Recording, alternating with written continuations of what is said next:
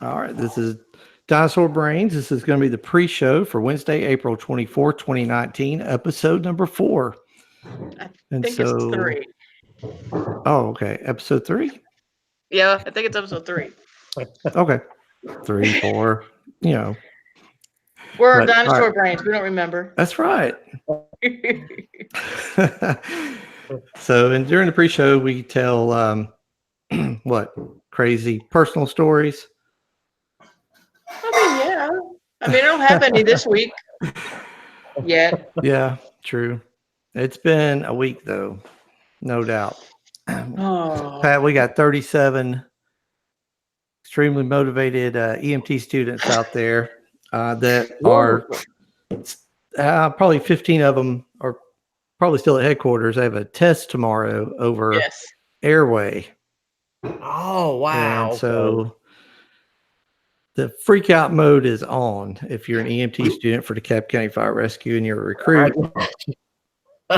And so, yeah, so they're working very diligently tonight to try to do really good on their exam tomorrow. So I wish them the best of luck. Yes, make us proud, guys. That's right. Do hard. You know, this is it is hard. I don't know. I remember way back when I was an EMT. When I was well, I don't know if I can remember that far back being an EMT student, but I do remember 20 years. Yeah, I know. But you know, with the like I said, I know it's not easy. It's really not, and especially from the and I'm frozen in a weird place. Yeah, especially frozen. Yeah, I guess especially from the world we took them from. You know, I mean, they went from regular civilians to knee deep in it right now. You know, learning gas exchange and learning. Now they're learning when it's respiratory failure versus respiratory distress. So it's been been a day. When to use positive pressure ventilation and when you can not use it and use something like non-rebreather, something like that. What do you think, Pat, about because I already know kind of where Paige is at with this, but the whole 94% pulse ox thing, that they have going on now, where if you're satting at 94%, National Registry says it's okay, they don't have to have oxygen. Right. It made it a lot harder, I know, to teach this. Yes. I know exactly what you mean, because sometimes it just feels right to put someone on oxygen. And so that's a difficult call. Hey, Fidel, I don't see you, but I hear you. Go ahead, Pat. Oh, I'm sorry. I'll say I understand the rationale behind it with the whole, hyperoxemia and the free radicals and all that. And I'm all for the, post-ROSC. We don't necessarily have to bag somebody and have them on 15 or 25 liters a minute. We can turn the O2 down. Right. But, there's so many patients where it just feels right to put them on oxygen. Yeah. You can't not put them on. You just feel like you have to do that. That's part of what we do. I got you, Fidel. I see you. Hey, Fidel. Can you hear us, Fidel? I can hear you. Great. You sound good. Awesome. That's my mic came in today. Your new one? Yeah. Oh man, it's supposed to be until tomorrow. Yeah, I got here quick. We all need to get these giant mics like Mike has, so we can have it all right next to our face. Yeah. We all look like these sports I love that. I'm gonna buy one of those extending arms, whatever they're called. Yeah, that's awesome. So Pat, what kind of week have you had? Because I kind of know what me and Paige have been going through. What about you? Yeah, it's been a good week. I'm I wish things were moving a little faster. I'm ready to get these ambulances on the road. You're just I know. I mean, it's closer. The time's getting close for you to go. Oh yeah. Don't remind him he's leaving us. Yeah, I've got till the end of the year. maybe I can stay a little longer. Oh, you're there. You're He's there. retiring. He's leaving us. If he, are you talking about retiring, Pat? Yeah. Oh, wow. Mike, Are you already there? My time was almost up, and Wow. I'm not ready for it to be. I Yeah. still love every day I come into DeKalb County. It's fantastic. I feel so blessed to have, Wow. have been able to come to DeKalb.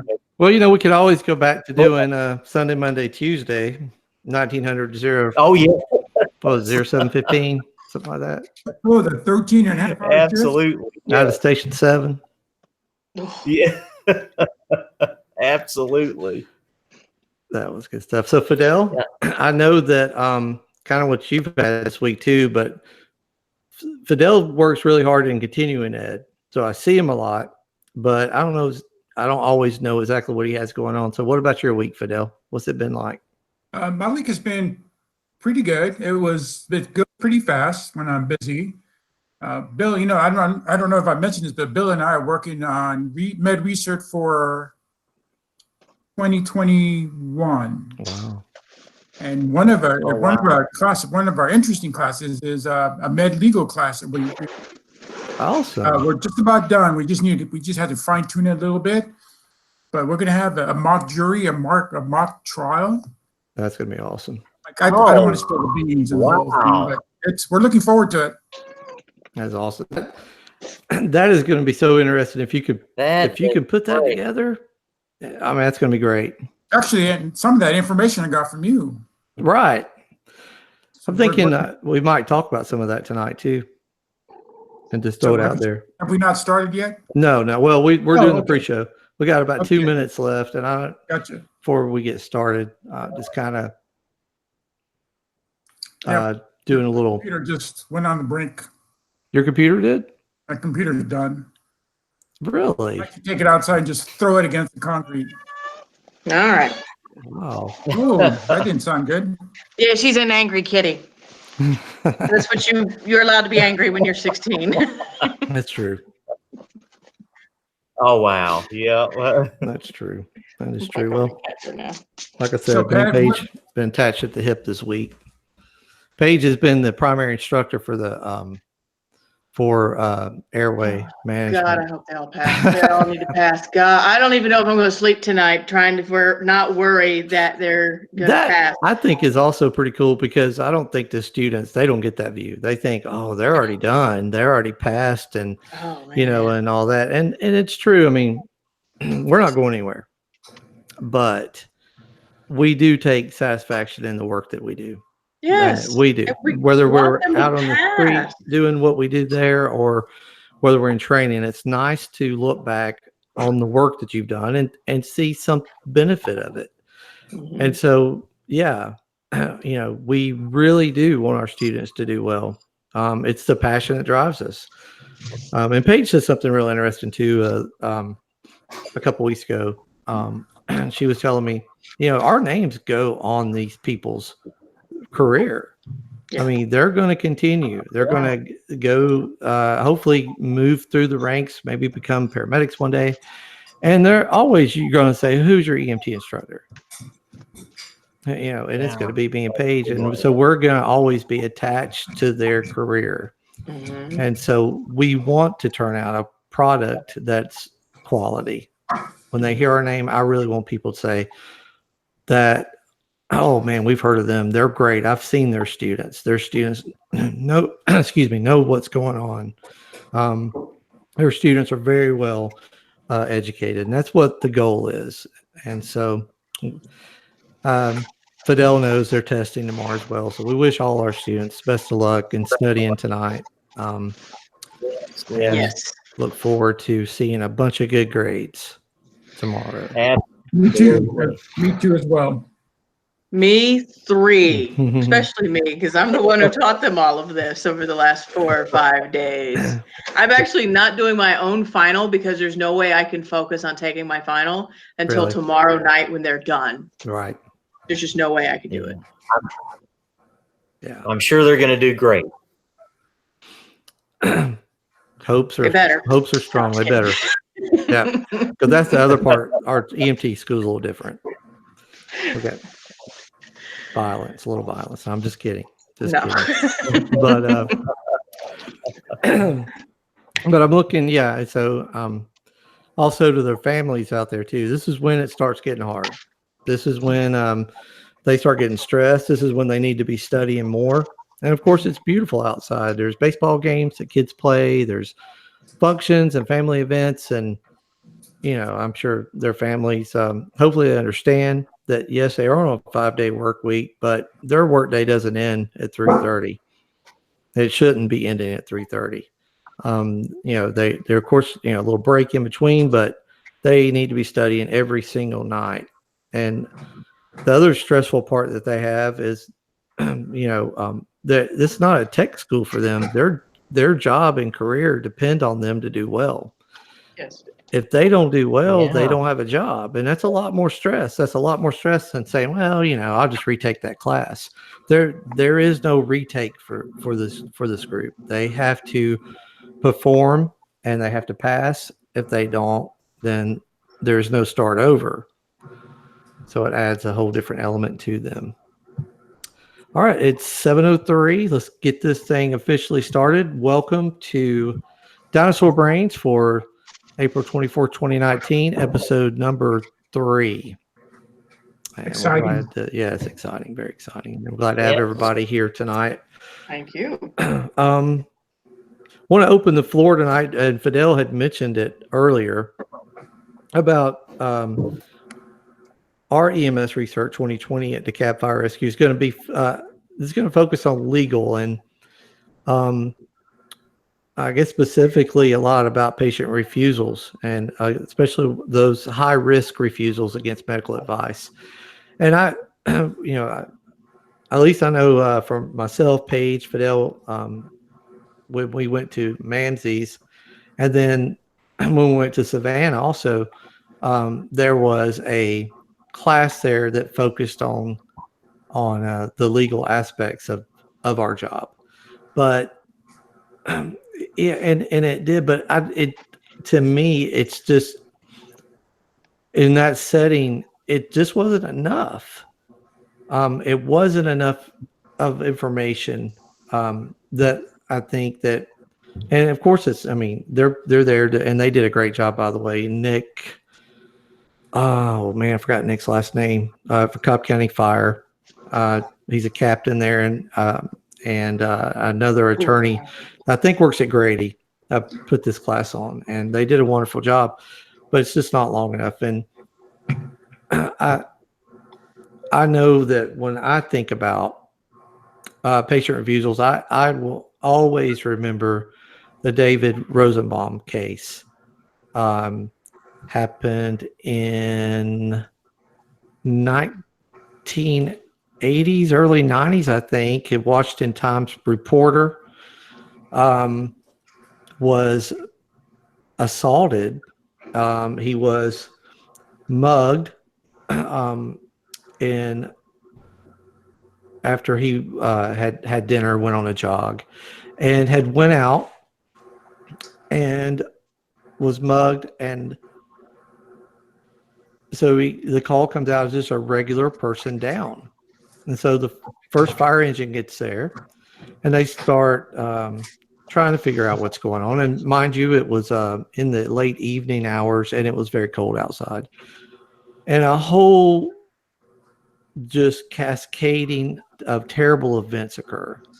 One, a proper patient assessment wasn't completed by the fire department. And that led to a BLS unit being dispatched. There was an argument between the crew on the BLS unit. Of course, it was their end of shift. And they delayed going en route to the call. Then when they actually got there, they took the patient to a facility that apparently wasn't appropriate. The patient was then they triaged by the emergency department and placed in a lower acuity type part of the ED. And several hours after being in the emergency department, was discovered by a physician having a seizure and was later diagnosed with a closed head injury with a bleed and died several hours later. And this has an Atlanta connection as well, because shortly thereafter, Chief Rubin, that was with Atlanta Fire Department, had actually went and was hired by Washington, D.C. Fire Department. This is where it occurred, and had to actually handle the case. And he mentions it in his book, and it was an excellent book. But he talks about this case, and there's a lot of information online as well. But this ends up destroying the careers of 4 firefighters, ends up destroying the careers of 2 folks that were basic EMTs from the ambulance service, or it was it was a fire department ambulance service, if I'm not mistaken. And then, of course, I'm sure it caused issues inside the hospital. And I wish I could say that it was an isolated event, and it is, as far as most people know. But I think these situations happen more and more commonly, but they don't get reported. This David Rosenbaum was a journalist, and so his case got reported about and therefore investigated. And that's what I want to throw out there to you guys. One, what do you think is something that we can do from our standpoint to anything from education to CQI to whatever, to identify when proper assessments aren't taking place, and what can we do to educate providers so that we don't find ourselves in a similar situation? Well, I'll begin. I think part of the problem is, maybe not a problem, but an issue, is some crews are overrun, or some agencies just have calls, and some, whether it's EMS or whether it's fire, they run too many calls, and they're eager to get back. They're exhausted, they're tired, they're hungry, and they want to get back to the station. So they don't go into the call with wide-eyed tunnel vision into, let's get this patient, load them up in the ambulance, or let's get a refusal on this person. And I'm not saying this, I have no first person experience with anyone. I'm just general. But I think that leads to refusals. We show up on scene and patients vomiting, diarrhea. Obviously, he's not urinating, and we advise them, well, go to the doctor. It'd be cheaper if you go to the doctor on your own, instead of transporting them ourselves and taking them to the hospital, because it's easier, and we can get back to bed, we can get back to our dinner. And again, it's not an excuse, but it's a direct result of too many calls in a shift. That's one issue, or one possibility. I think another issue is that we do give continuing ed over the years, but a lot of times, just by the state alone, we're required to do so much trauma, so much pediatric, cardiology, and things like that. And then there's other, and a lot of people just sort of lump other into something else, like new equipment and things like that. And it becomes the same old thing. And if you go around, I'm pretty sure, and ask a lot of paramedics, hey, what did you research on? Well, I took this class online and they talked about CPR and ACLS and pediatrics and PALS and those things they can take over and over and over again. And there's nothing new coming out. So we're not reteaching skills. We're not making sure that somebody can do a patient assessment. Can you do a patient assessment? Can we make sure that you know how to evaluate a patient for something else, where some sort of disease, where things is, they beat this horse to death here lately with opioid addiction. But this is another class of opioid addiction. I get it. We've talked about it because it was a problem. I think the bigger problem is do people know what to do when they have an opioid addiction? It's not shove Narcan up their nose. It's you need to bag them until the respiratory rate comes back. and that's the difference is everybody gets Narcan. The cops get Narcan. Citizens get Narcan. All right, they've been Narcan. Awesome, but they're still not breathing. And we don't talk about that part. We don't talk about the important things. We go, all right, I got my hours. What do I do now? I'm going to go run calls again until I'm dead. Yeah. Well, Mike, thanks for bringing that topic up. That's an excellent topic. I was not familiar with that case, and it's actually, I'll be honest with you, it scares me because I could see myself being in that situation. Being on the rescuer end of it. There's so many calls like that, and I could see those guys, it's one of those things you kind of take for granted. This guy got beat up a little bit, he got roughed up a little bit. We'll run him to the hospital. I thought you were going to actually, as you were telling the story, I thought you were going to say that they got him to refuse and he went home and died at home. They actually took him to the hospital. That's a good thing. At least they did take him to a hospital. That's a challenging case. I think you're right. I think this probably happens, maybe not every day, but I bet something similar happens every week. And sometimes, thankfully, just by the grace of God, somebody catches it and it doesn't end up being a bad outcome, but it very well could have been. I don't know. I think a lot of times we do get complacent. Exactly what Fidel was saying, we get complacent. We don't, we let our guard down a little bit, and we have a few of those patients that slip through the cracks. I was impressed by how thorough the investigation went. I was shocked by some of the stuff that they found. The fire department, the engine, the person riding seat, it was at a point in time when DC Fire had merged with EMS, and the person riding seat wasn't licensed even as an EMT, but was in charge. The two tailboard and the driver were all certified EMTs, and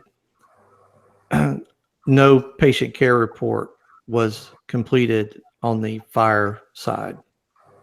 Now, I know from personal experience, and you'll hear everybody say, well, why is it that the fire department has to complete a patient care report, and then the transporting EMS unit has to complete a patient care report? And this is for the reason. This is exactly it, because a document that tells your side of the story. You don't want me, if I'm the transporting person, to tell your side of the story, especially if I'm having a bad day. You want to be able to tell some part of the story from your point of view. And this was a call, I guarantee you, they never expected for this to turn out like this. Never, I'm sure. Yeah. Oh yeah. And because Pat, they were the comment you said, well, they took him to the hospital, and we get that sense of security. Well, they at least transported the patient to the hospital. And so I'm sure they thought, well, I didn't do anything wrong. He went to the hospital, right?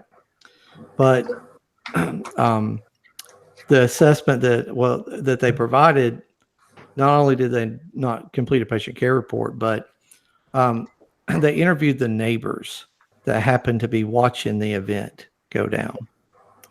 And it was the neighbors that provided the details that they needed to be able to start putting this thing together. And they had actually saw one of the firefighters had actually rubbed the back of the patient's head, and there was a little bit of blood on the glove.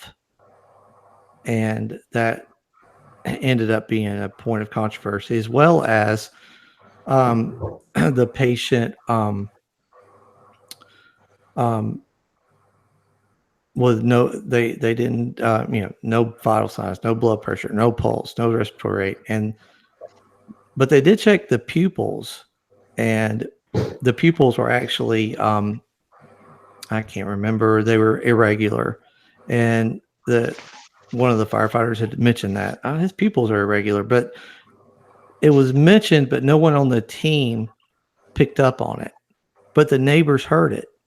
The neighbors picked up on what he said, but nobody on the team did, as far as the person riding seat or the driver or the other EMT that was, assuming care, or trying to provide whatever care. When they interviewed these folks, and I would encourage anyone out there to just Google David Rosenbaum. Let's see how he spells his last name. It's Rosenbaum. But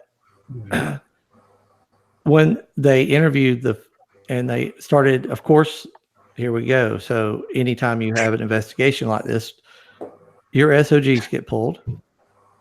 Or maybe some people know them as SOPs. Your patient care protocols get pulled. And they started going through the protocols and they started questioning. And this is why I'm such a stickler in my class on understanding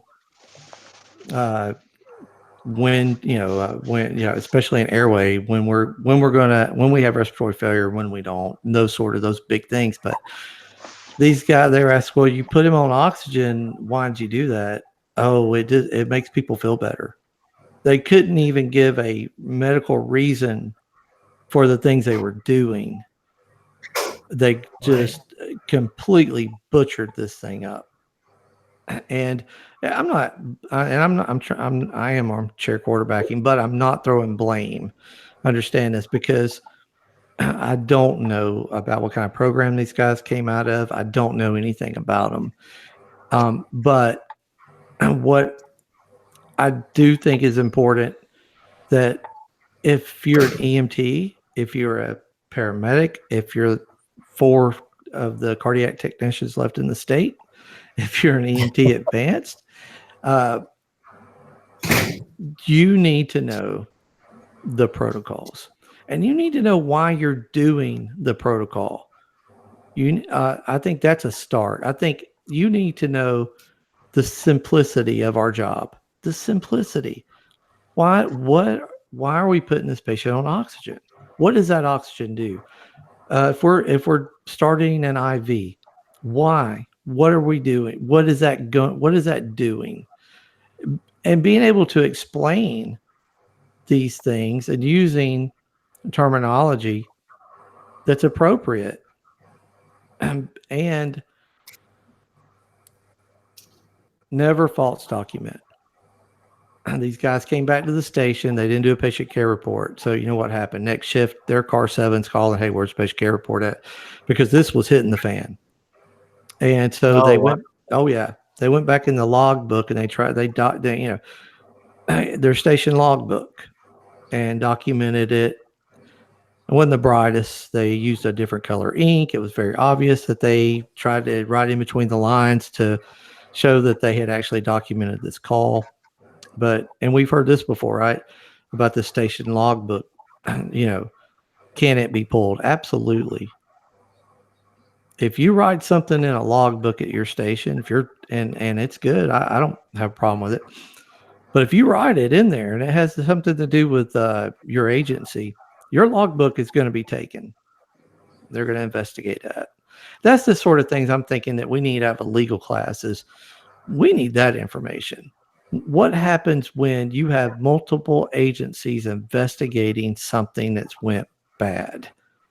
And what are these agencies? And how does that go?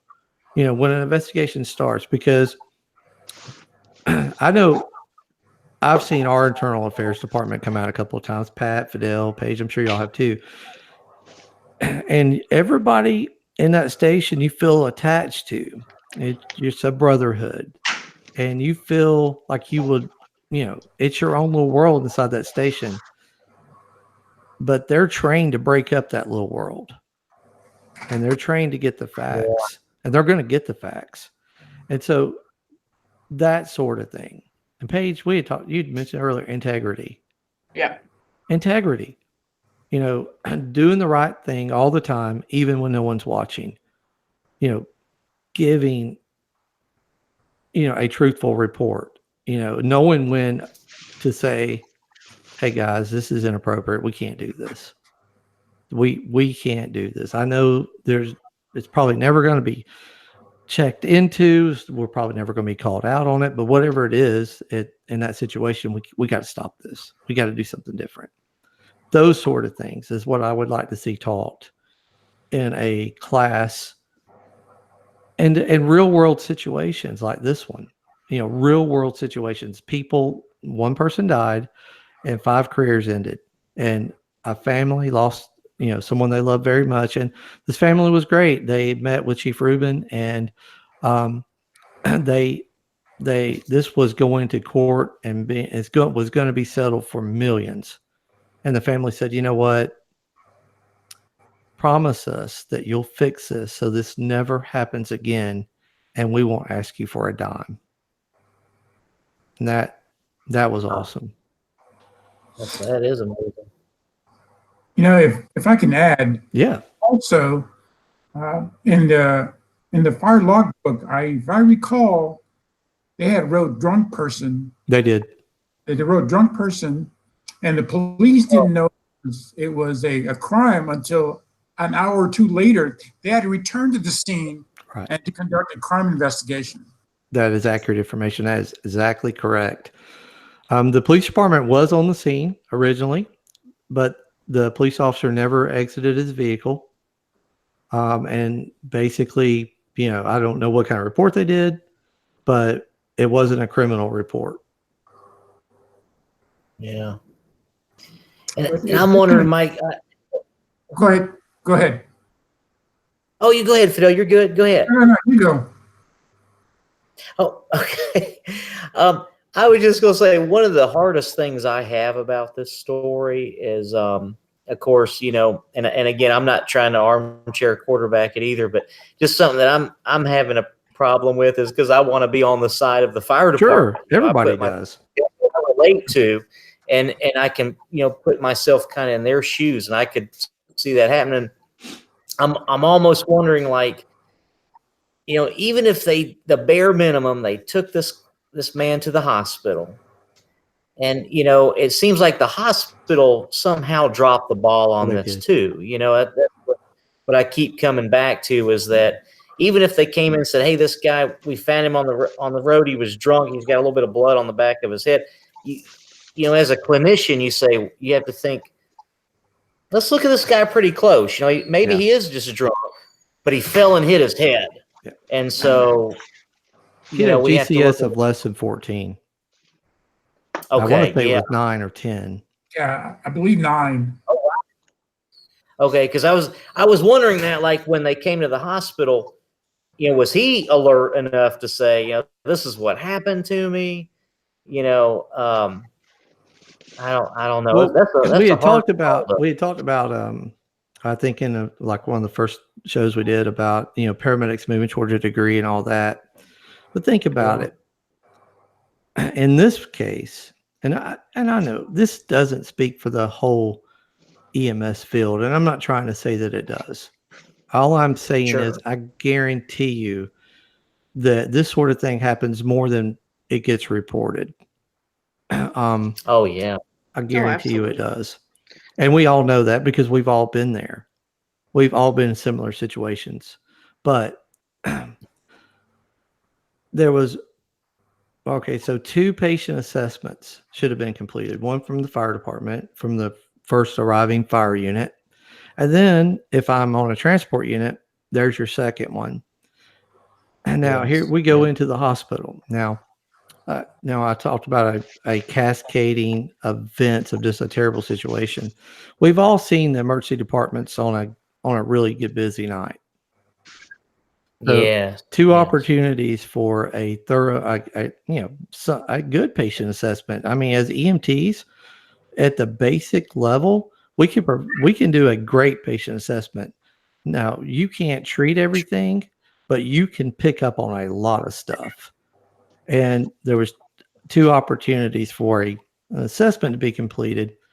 And then we go to the hospital. If we ever want to be, accepted in the world of healthcare, we have to learn that we have to do a complete patient assessment at the minimum. If we can't do a complete patient assessment at the minimum, then we're never going to be accepted by any profession as professionals. We have to act professional and we have to do professional. Yeah.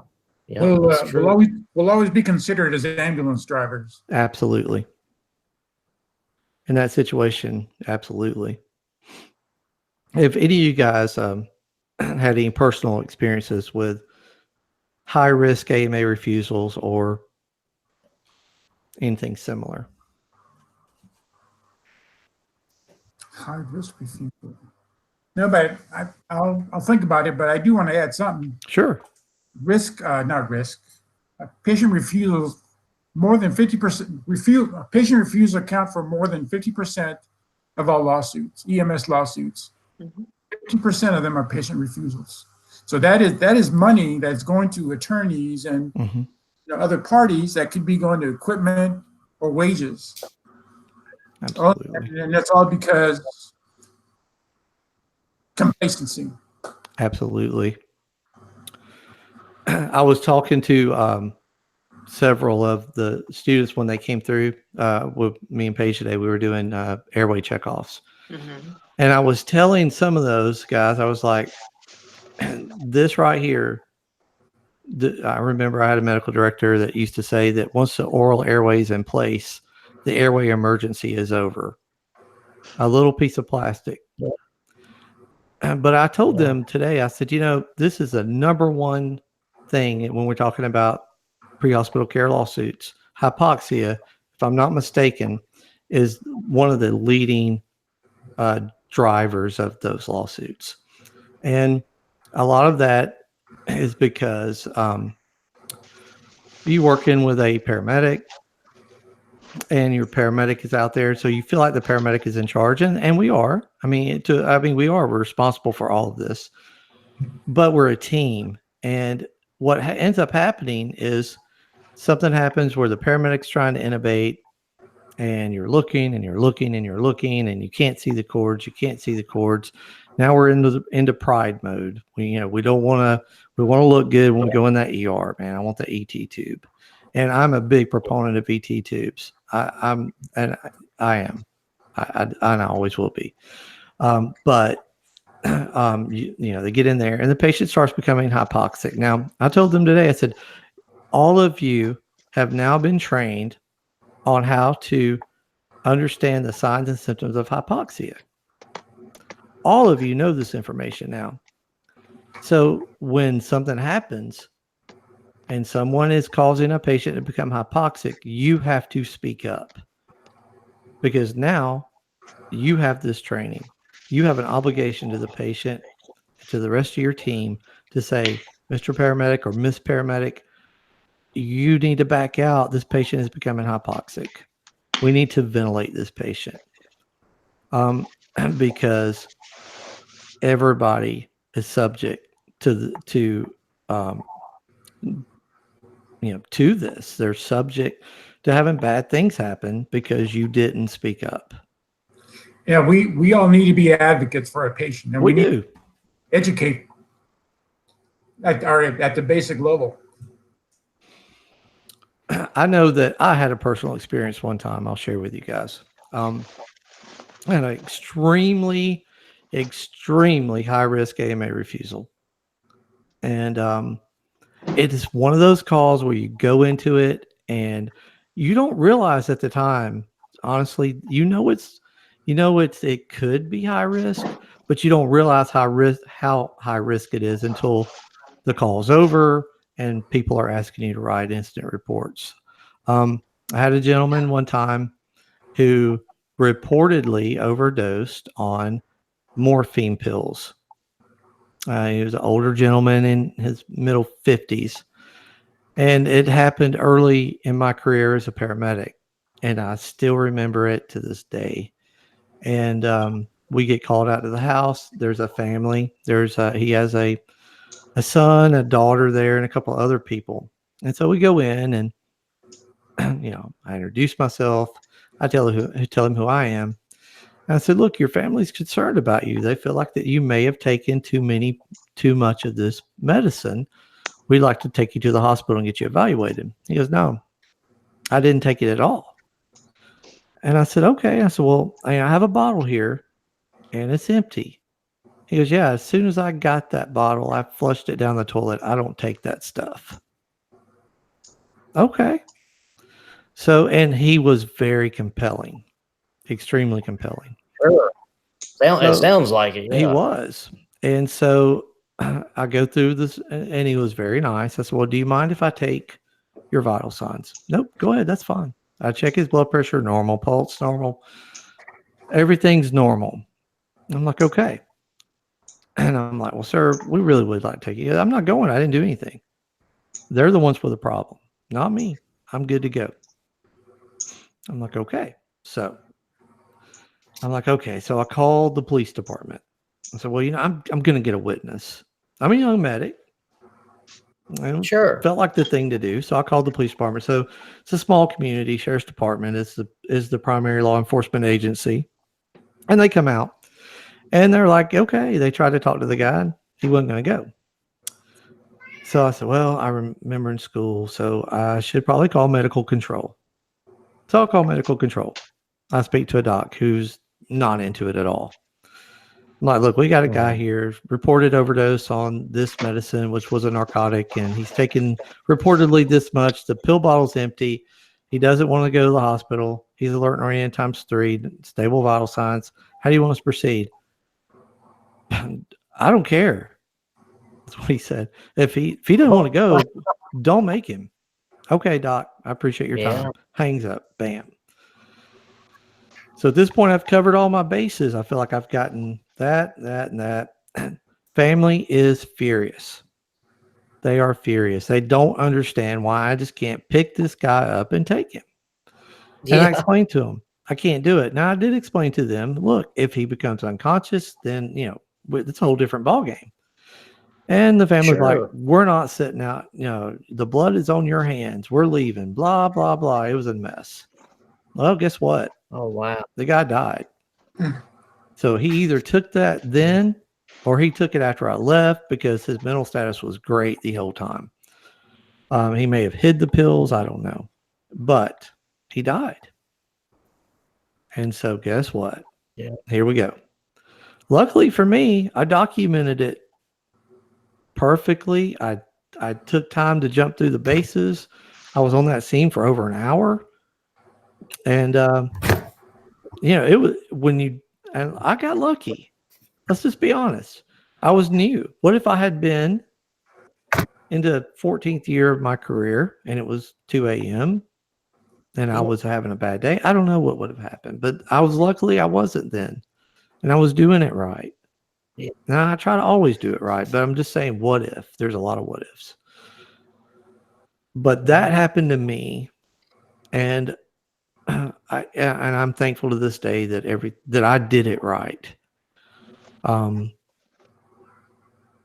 We got to always make sure though and so then I started thinking, so what can we do? So I was thinking, well, CQI.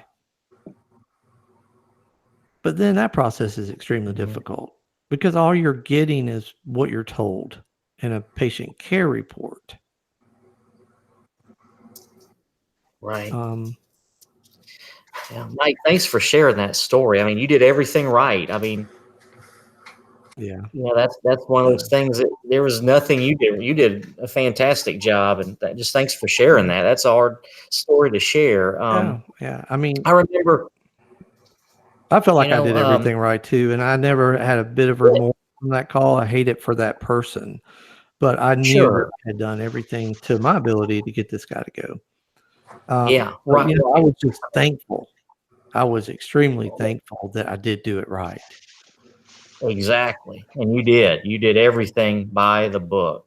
I know we used to, and there's flaws in this too. We used to, I don't think we really do it so much anymore, but we used to, it used to be the policy. We would contact the supervisor, right, and we'd tell them, they were like our second set, kind of our fail safe, our redundancy.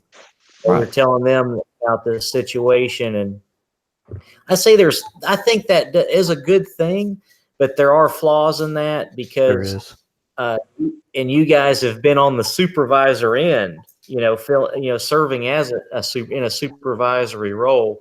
Somebody might call you and they might tell you anything. Right. And everything's good here. This person doesn't want to go, and it's and you go, oh, okay, you got to trust your crew, right? You got to say, okay. And I was thinking about that too on that end. I remember that. I remember when early in my career, before I came to DeKalb, you had field supervisors, and they would occasionally show up on these patient refusals. Yes. Just to kind of check things out. And I bet that's, I don't know, when I left the field a couple of years ago, I never saw a field soup show up on a call that wasn't a higher acuity call. Of course they're going to show up on GSWs and all that. We don't have any more. Is that right? There are none. They're all at headquarters. There is no medical oversight right now out in the field that I'm aware of. Yeah. The squad position has been taken out of the field. And I get the whole captain, and I think that is. I don't think you necessarily have to be a paramedic to understand when a patient refusal is going to be ugly or when the potential risk involved. I don't. But what I do think is that we need to give the captains and people riding AOICs, riding seat, the tools that they need to be successful in that role to recognize when this is going down. I think a lot of people get comfort in the fact that, oh, well, AMR's here. They'll take care of it. They're the transport provider and everything's going to be great. And that's a false sense of security to have. Yeah. Not because of AMR being bad or anything, but because the way the system works, they are looking for your input and they're looking for what you did to resolve this, not just the transport provider. I didn't want anybody to misunderstand that. I think they do. I think there's a lot of them out there that do a great job. Absolutely. My first thought, Mike, when you brought this subject up, I thought, wow, what a great subject. My first thought, and I really haven't thought it through, so it may be a terrible idea, but my first thought was something along the lines of body cams. Oh, yeah. And I know, like, this Rosenbaum case happened, I think you said in the 80s. Yeah, I think it happened something like, when, do you know the date, Fidel? I thought it was later than that. I thought it was. Okay. It's in the 2000s. Chief Rubin was in Washington, D.C. in the late. Okay. It's like 2008, somewhere in there, and they had a whole list of things happen. It might even be later than that. Okay. It may have been. I may have had the date really messed up on that. I apologize.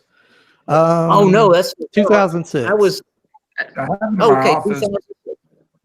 Yeah, 2000. I was surprised, Mike, when you were talking about the neighbors. Today, and I've had this experience. I'm sure y'all have had this experience. Everybody pulls their cell phone out and videos, and so the reason I was saying for body cam, a type of body cam for EMS providers and firefighters on these types of calls. Maybe you don't need it on. Well, I was going to say maybe you don't need it on every call, but you never know when a call is going to change.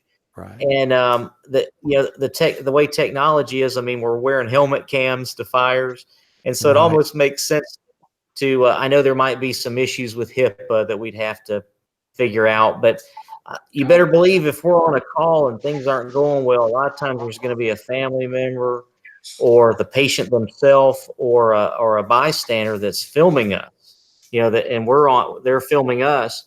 And so it seems like it would make sense if we were filming ourselves, we were doing doing the right thing. And as long as we're doing the right thing, it seems like that would be, there wouldn't be any problems. If we were filming ourselves on these calls, as long as we're doing the right thing, and it would add a different perspective about, what we were going through, what the the demeanor of the patient was. What was the demeanor of family members? Was it kind of a hostile scene? It's hard to. I guess we can write those things, and we should write those things, but when you actually see it, it changes everything. I don't know. It seems like that. That's something else too. Go ahead, Fidel. Sorry. Unfortunately, you can't teach experience, and with that being said, is we have to, as individual paramedics, A's or I's, we have to experience these type of calls, and you have to make a mistake, and then you have to learn from it. Absolutely. These first in order to make a mistake. And really quick, one time it wasn't a refusal, but I was trying to get a refusal from this person. It was late in my shift. Again, I was 10, 11 calls into a 12-hour shift. I wanted to go home. I get a call on a sick person. I show up, the guy's, he looked sick from the very beginning. He looked sick, he was lethargic, he could barely speak, and I was trying everything in my power to get a refusal on this guy. I think a family member insisted he go to the hospital, and as hard as I tried, finally I said, let's just go. So I didn't do much. I took vital signs maybe, and I not at this point, no, I don't recall. I don't remember what the vital signs were. I do remember I didn't even start an IV on this person because I wanted to leave. I was tired and probably a little bit angry at that point. I get to the hospital. Sure. Luckily, the trauma doctor was a friend of mine. So I was there filling out my patient care report. She comes up to me and says, come here, I need to talk to you for a minute. She goes, do you know what's wrong with this guy? And at this point, something's up. And I thought, oh, I was honest. I go, no. I said, other than being sick, no, I don't. She goes, did you ever look? Did you ever look underneath his eye, his eyelids, look inside his mouth? Because he's not perfusing at all, and he was hypovolemic. It turns out he was bleeding from his spleen, and all the signs were there. After she had mentioned this to me, I thought back, and sure enough, all the signs were there that this guy was bleeding internally. But because I had already decided that I was going to refuse this person, I didn't do a thing for this person. I feel bad. I feel to this day, I thought I should have done something better. I shouldn't have treated, but you learn. I learned from that incident and never did it again. And that's what I said. Unfortunately, sometimes you've got to experience these type of calls. Right. And then move on. Yeah. I think that's what separates really good medics from great medics, is that you had a feeling, you were able to evaluate the situation and go, yeah, I made a mistake and I need to do better. And then you applied what you learned and you did better. And I think that is exactly what separates the good from the great. Yeah. Yep. Absolutely. I think another problem that we have, not just the fact of identifying when this is happening, or identifying it in a way that you could, I don't know, maybe correct it before it goes down.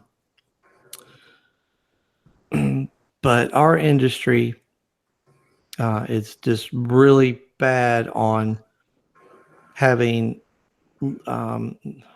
those paramedics that mentor.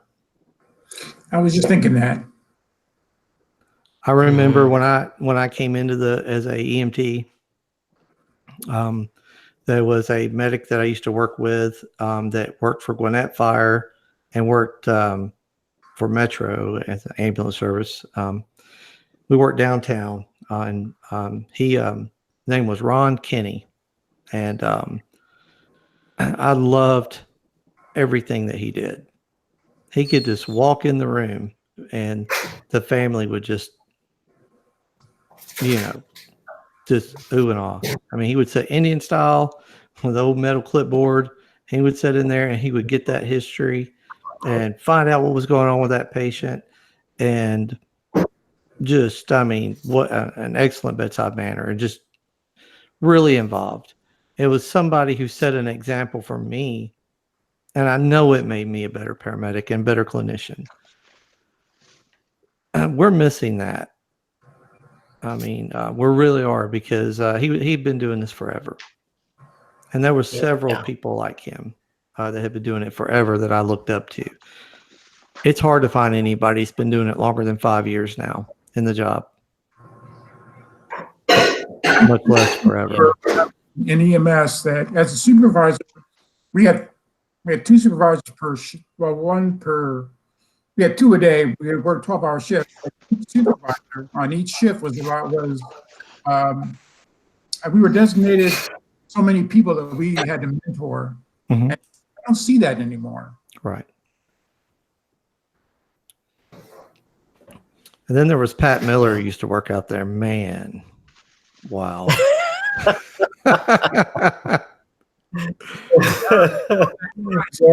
No.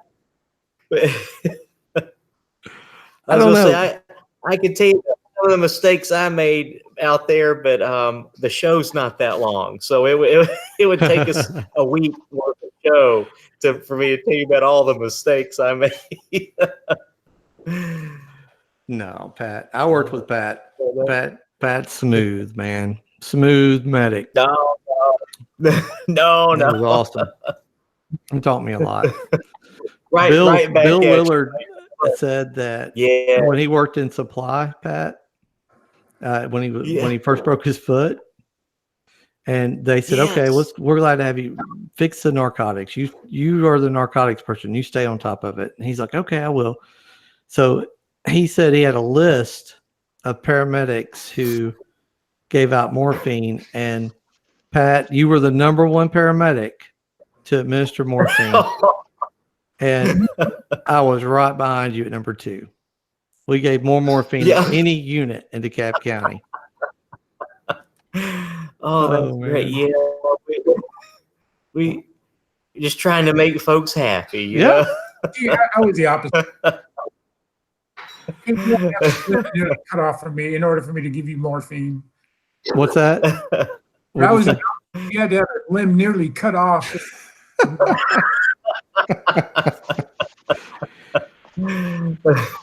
Oh yeah.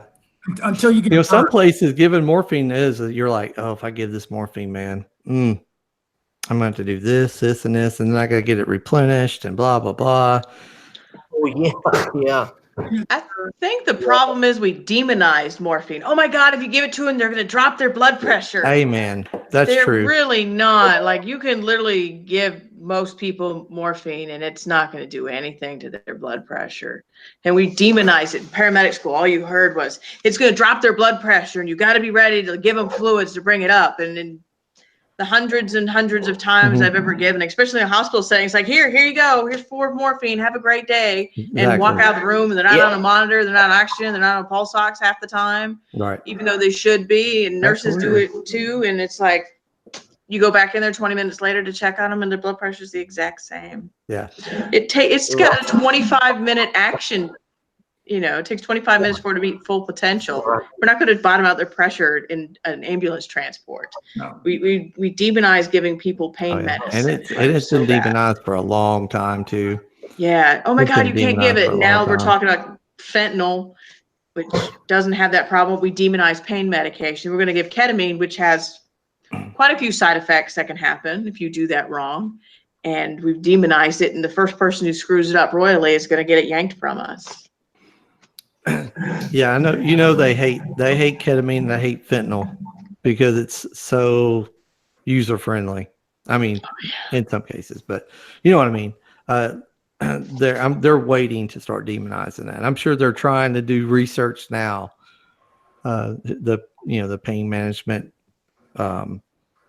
haters, but pain management committee. Yeah. We should just carry around bottles of Norco everywhere and just start handing them out like Pez dispensers down the road, and I'm sure people would stop calling 911. Oh yeah, I'm sure they would. One for you, one for you, one for you, one for me. I mean, I like the something that we could I don't know. You know how we have the near miss reporting. We need something where people can report when these incidents occur without the fear of disciplinary action, so that we could find out maybe more about when these incidents go down. Well, I think there's such a shame behind it. Oh my God, you screwed up, and then you get disciplinary action, and it turns into, instead of a learning experience, it's just a way that EMS unfortunately has gone out to be like, everybody did wrong and I'm the only one great, so I'm going to get you in trouble. And we kind of have that 7-year-old mentality of, I'm going to be a tattletale, instead of being an adult and saying, hey, we're going to make this a learning experience because we've all been there and screwed up. Here's why this is wrong, and here's what we need to do about it. But we don't have the personalities in EMS where people are able to do that, because most people were put in positions of supervision where paragod type personalities, and they think they can do no wrong, and you screwed up, so I'm gonna get you. A lot of times. Yeah, that's. And you bring up a really good point. And I wish we could get away from some of that, and find out when these incidents happen. And maybe not even necessarily know the names involved, or even know anything but the situation that was involved, so that we could at least start seeing, we have a common thread of the situation happening. What can we do to address the situation? Well, the other thing goes back to training. And then once we see a rash of things, now it's mandatory. Everybody goes in, and everybody's like, oh man, I've got mandatory training. I have to come in off my off day, or I have to take time off the truck, where I have to sit here for 8 hours and come back up here. And then I gotta go run, 16 more hours of calls. And it just becomes, people's just attitudes are not about this learning. They feel like all of it's a punishment. Right. And it is in some stations. If you're at 14, 16, a lot of these stations, and even Atlanta, I'm sure, and all, where you're busy, maybe we should go to them then. I have no problem with stepping outside of the headquarters and going to them and giving them an hour class inside their station about these kind of incidents. Or even if we didn't give a class, maybe we do a newsletter, just something to say, hey, this is trending, look out, this is what can happen if it's left like this, just something to get to get it in people's brains, to maybe put the brakes on when this starts going down. I don't know. Speaking about training at the station, the Lucas, we just within the past couple of months, we've training people on the Lucas at the fire station, and I think we're getting such a great response to that. But there's some classes that we can't do that with. Right, that's true. I mean, there's absolutely some classes that we just can't. It's just not going to work. But I think if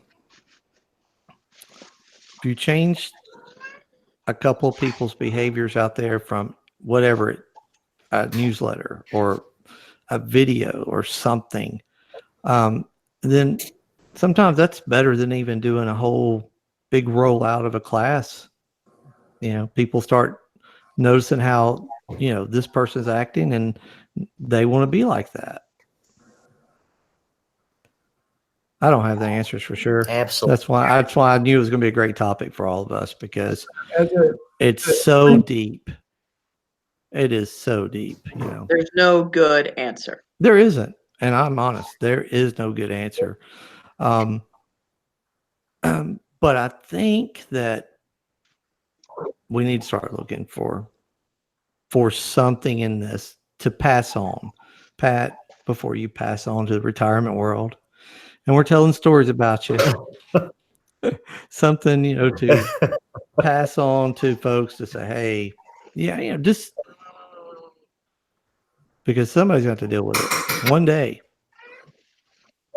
If our industry is going to change, it's going to have to be dealt with. It's the elephant in the room. Absolutely. Yeah. You're absolutely right, Mike. Yeah. All right. So I think it's time for picks of the week.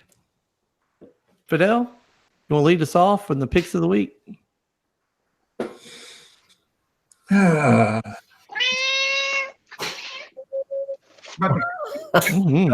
room there, the cat. So we're gonna think. Somebody go next. Somebody go first. Okay. Well, I think of something else. Anybody got anything good pick of the week? Anything. It don't have to be EMS related. I don't care. I remember watching a video. I'm going to bring up the nurses and playing cards. Okay. The senator out there in Washington. And I work in an ER, so I know quite a few nurses who were just appalled at this and just upset that they were called out. And I think some of the funniest things I've heard comment-wise is I'm like, y'all, there's probably a chance there's a rural hospital somewhere that one nurse might have played solitaire somewhere. And she's probably been a nurse for 40 years, and I get it. So they generalized about it. Sure. But as somebody who works in a profession who is called an ambulance driver every single day and has nobody knows how any idea what we do and thinks that we just sleep in the back of the ambulance or the front of it at Quick Trip's parking lot, I find it hilarious that we get insulted quite often and y'all get one little ruffle feathers and you know, but that senator did tick off an entire industry. Oh, I know. With one sentence. And that is the power of the internet, ladies and gentlemen. It is. Wow. Yes. Well, that is the power of the internet. Yeah. I came across some information. Yes.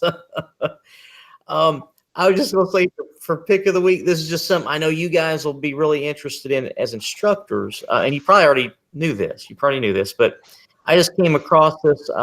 Somebody shared this with me on the national scope of practice. This has not been approved, but it's just on the radar, and it makes sense.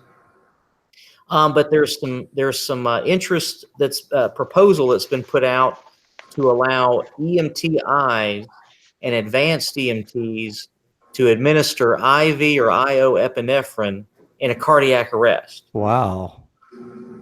And it's on page 49. If you Google the national scope of practice, and this again is just a proposal, it's not been approved, but what this is exciting, the area where this is really exciting is that there's some research and some literature out there that says that if epinephrine is going to work, it's going to be within the first 10 minutes of the arrest.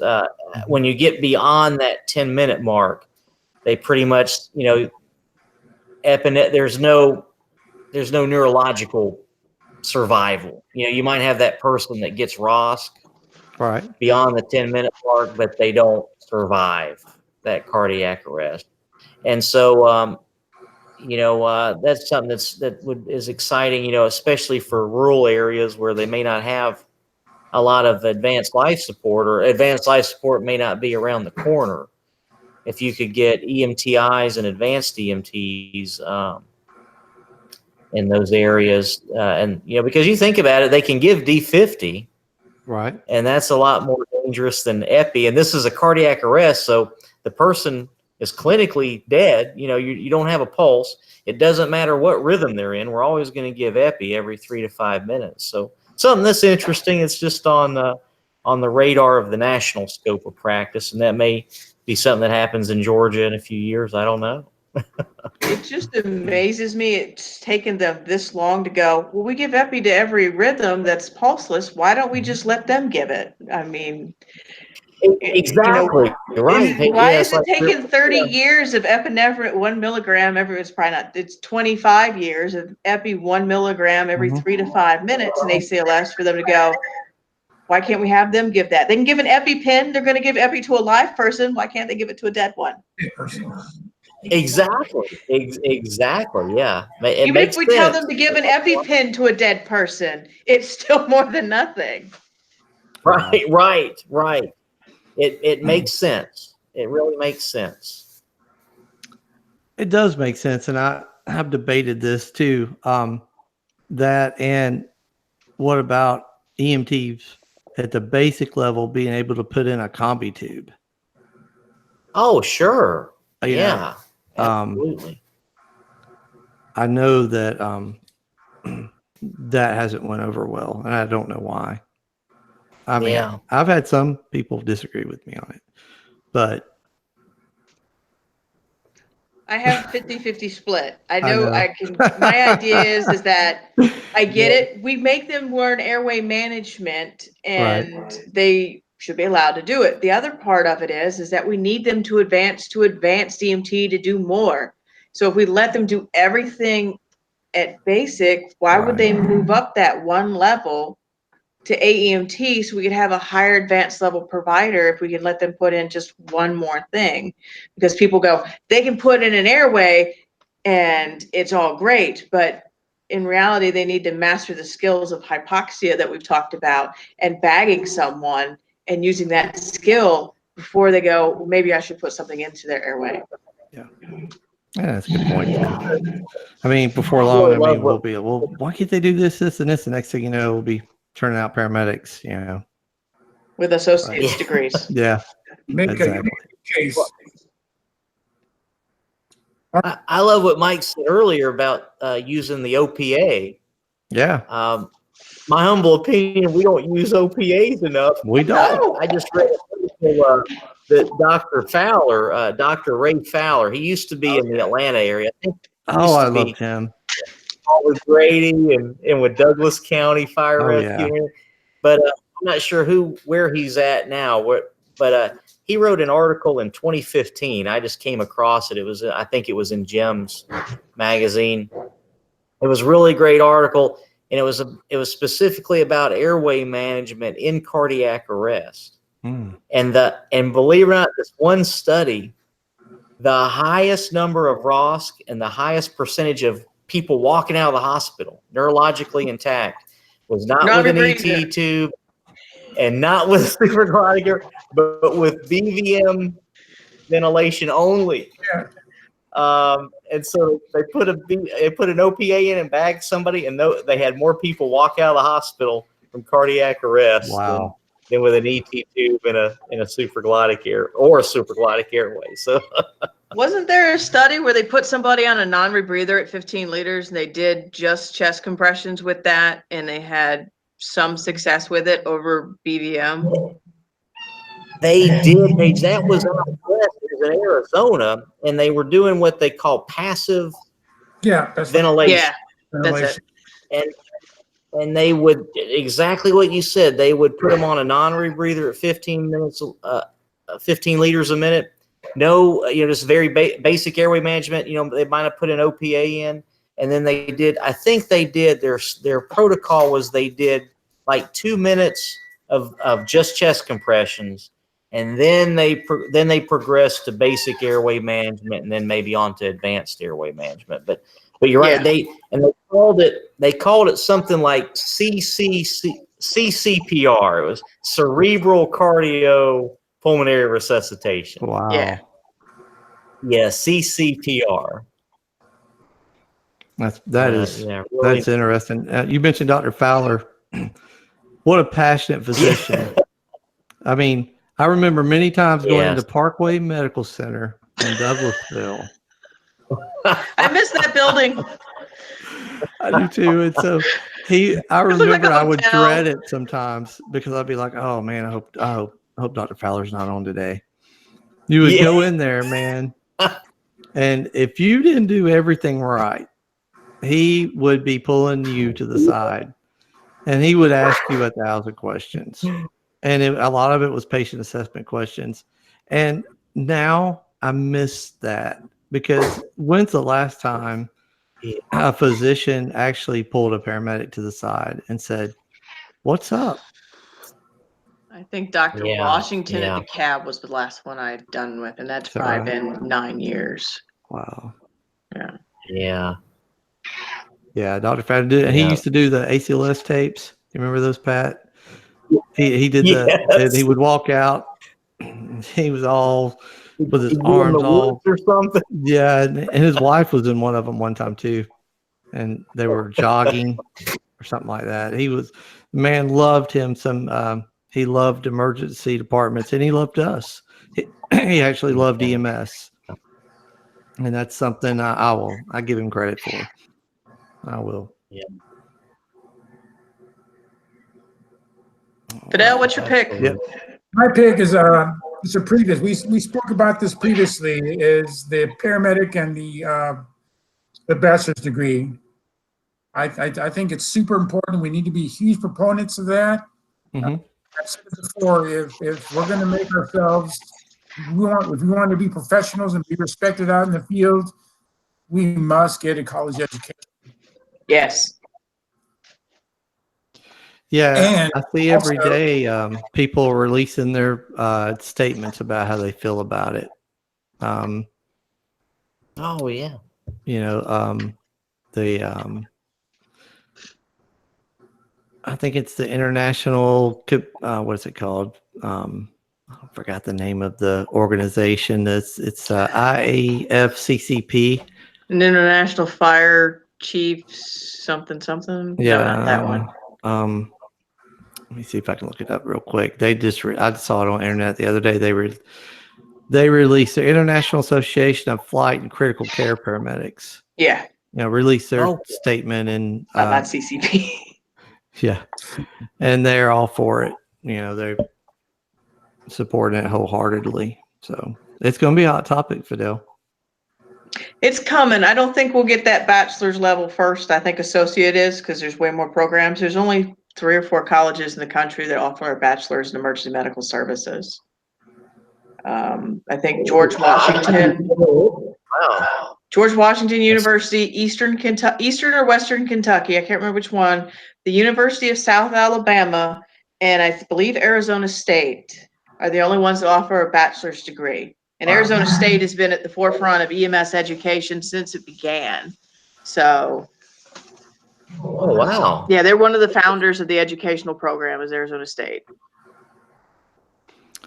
My pick of the week is going to be the slingshot down in Florida. You were stealing my class idea. Isn't that really? I talk about that with the sympathetic nervous system. And everybody passing out. Like when you go to cardiac and Fidel's done teaching, I have them watch all those videos where they all have syncopal episodes. Funny. I honestly don't even know. My wife showed it to me the other night. And oh my God, it's the funniest stuff that I've ever watched on. She found on Facebook, I think, and it's the funniest stuff. Yeah, I'm not gonna pass out. Yeah, they do. They're out. Oh my God, it's hilarious. And so yeah. Sometimes I need to unwind and laugh, and that was really good. Oh, there's a good one out there you've got to watch. Okay. If you Google man on roller coaster passes out to the Windows music, to like the startup and the shutdown music, somebody timed it. You showed me that one too. That was awesome. Yeah, that's pretty funny. That was awesome. That was great. That was hilarious. There was one she showed me where they were taking this girl's picture from that and making cartoon faces out of it. It was just you just got to watch it to get it. You just got to watch it. Well, guys, I've enjoyed the show. I think it's a great one. Maybe we'll get some guests on here one day. I really wanted to try to get some people on here, but it's me and Paige have been like slammed. And oh my God, airway! Learn chapter 8. I know. Yes. They get Fidel all of month Friday and all of next week. Fidel jumps into into initial ed. He's going to be teaching vital signs, patient assessment.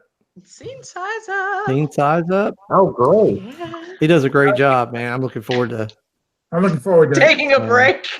No, I'm looking forward to it. Well, yeah, sort of. No, I'm just kidding. I'm looking forward to it, though. I'm looking forward to being out.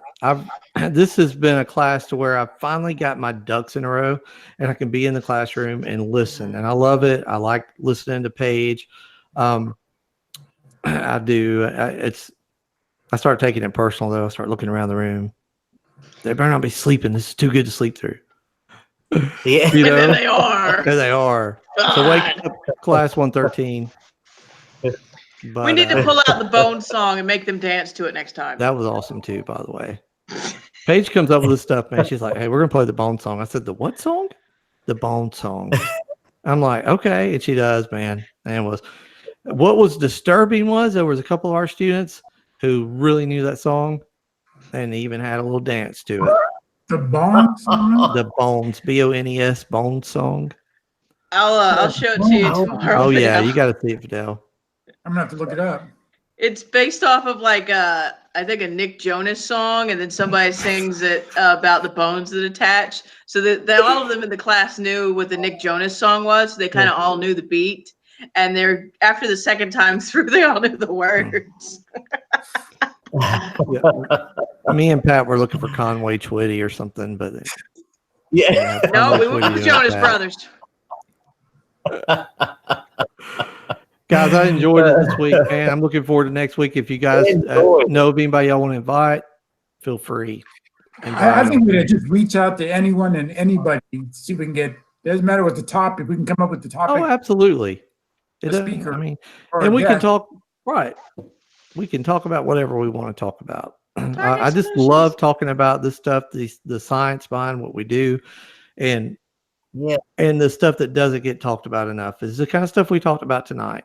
Mm-hmm. Yes, absolutely. All right, guys. Well, I will see you guys tomorrow at work. Have a great day, and until next week. Till next week. All right. Have a great night, everybody. Enjoyed it. Baby.